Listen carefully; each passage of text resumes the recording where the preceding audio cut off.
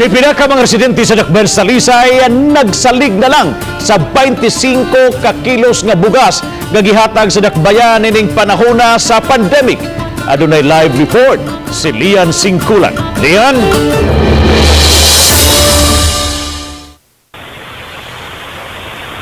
Bob, kini na ang second wave sa pag-apod-apod og bugas sa Dakbayan sa Talisay.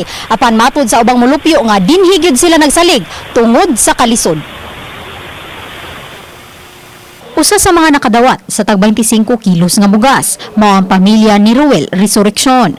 Wala na makatrabaho si Ruel, isip construction worker, sukad gipatuman ang ECQ ug karon nga gipaubos na sa modified enhanced community quarantine ang Dakbayan. Siya ug ang 7 niya kasakop sa pamilya magsalig na lang sa ayuda gikan sa Dakbayan. Gidugang ni Ruel nga usa ka kilo ang ilang mahurot matag lungagan. Mao nang kada adlaw mahurot silag tag 3 ka kilo ug aron may panud-an ginagmayng sideline na niya ang pagpanday-panday aron makakwarta. Gani swerte na kung may 25 pesos nga pampalit og panud-an. Saan ngayon ko ani kung tabang-tabang ko sa website para nasa sa ako mga anak ko para magkaon ako pero Biyudo na si Ruel ug may kaubang senior citizen. Mao nang gidungagan ang ayuda og laing 25 ka kilo. pait kaya basta makatiman sa mga anak ba para ako makalawat ko palitan ay trabaho nga lagi-lagi makastiin ko unta ni karon nagana ko istiin yung mga timan. Nitipo na kaniya ang usa niya ka anak nga may anak usab nga bag-uhay lang nakagawa sa ospital kay usa ka premature baby. Isu juga yung magpigyan. Gigatas ako anak ba? Yung ano.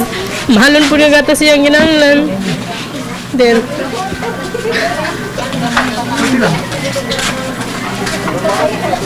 Unsa kalisod ma'am? sobrang kalisod. Padayon karong giapod-apod ang second wave sa tag 25 kilo nga bugas sumay.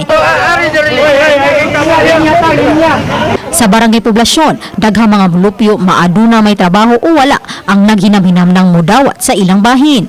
Hinuon gipaniguro sa barangay nga ang tanan matagaan sa maong ayuda ug wala sila'y gipili. Ang pangatag naman why gipili namo kung nakinala tagaan jud ka may instruction sa mga kapitan na patagaan jud tanan aron why magkuan sa kagutom mao ni kawalo namo paghatag sa among bugas.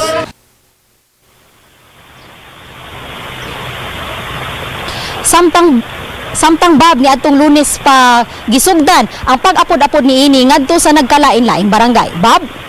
Thank you so much, Lian Singkulan, sa imong live report.